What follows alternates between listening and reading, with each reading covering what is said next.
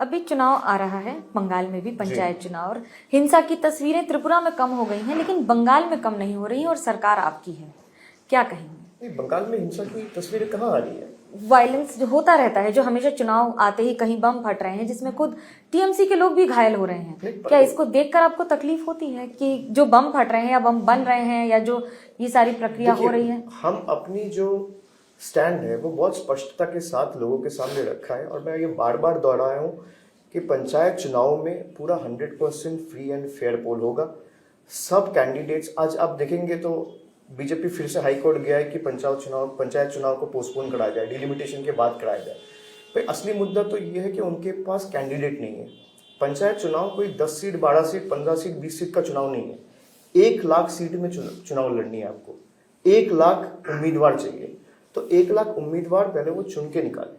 और जहां भी वायलेंस का घटनाएं आ रही है या सामने आ रही है, पुलिस उसको स्ट्रिक्टली हैंडल करेगा।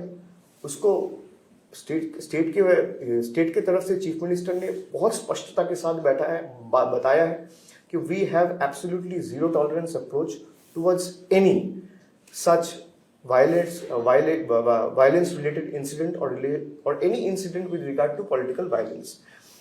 जो भी कर रहा है किसी को बख्शा नहीं जाएगा, चाहे वो तृणमूल का हो, चाहे वो सीपीएम का हो, चाहे वो बीजेपी का हो। लेकिन उनके पास मुद्दे नहीं है तभी वो वायलेंस कर रहे हैं। मैं मानता हूँ चलो पॉलिटिकल वायलेंस का बात आप करके चुनाव नहीं लड़ना चाहते, लेकिन 2021 में तो पॉलिटिकल वायलेंस नहीं हुआ।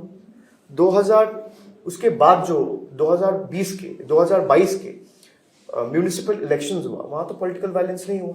सब इलेक्शन में आप कैसे हारे? 2021 में जो चुनाव लड़ा गया, अब 2021 के चुनाव के बाद भी अगर देखेंगे तो बंगाल में 7 बाई इलेक्शन हुआ है, 7 के 7 में बीजेपी हारी है।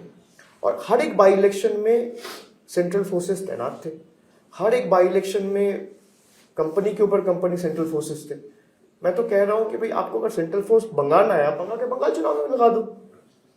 2023 में लगा तो कोई जो हम अभी ये बाई इलेक्शंस या असेंबली इलेक्शंस देख रहे हैं, 2024 की तैयारी, आप राष्ट्रीय महासचिव हैं, तो क्या हम ये कहें कि 2024 में आप बड़े किरदार में होंगे और विपक्ष में टीएमसी और ममता बनर्जी की, मुख्यमंत्री की भूमिका कितनी बड़ी होगी? देखिए, किसका क्या भूमिका होगा आने वाले दिनों में ये तो लोग तय करेंगे। लोकतंत्र में तो लोग ही आखिरी चीज तय करते हैं। मैं कुछ कहूं या आप कुछ कहूं, उसका कोई वेटेज या वैल्यू नहीं रहता है। मेरा जितना पॉलिटिक्स का अनुभव है, लोग तय करेंगे। पर हाँ, ये चीज जरूर है कि कांग्रेस के ऊपर लोगों ने बहुत हद तक भरोसा किया। कांग्रेस और तृणमूल में यही फर्क है कि एक बोलने वालों में से और एक करने वालों में से। मैं इसलिए हर जगह पे बोलता हूं कि भाई if you have the fire in your belly, Trinamool is the real Congress. क्योंकि हम झुकते नहीं है, हम डरते नहीं है।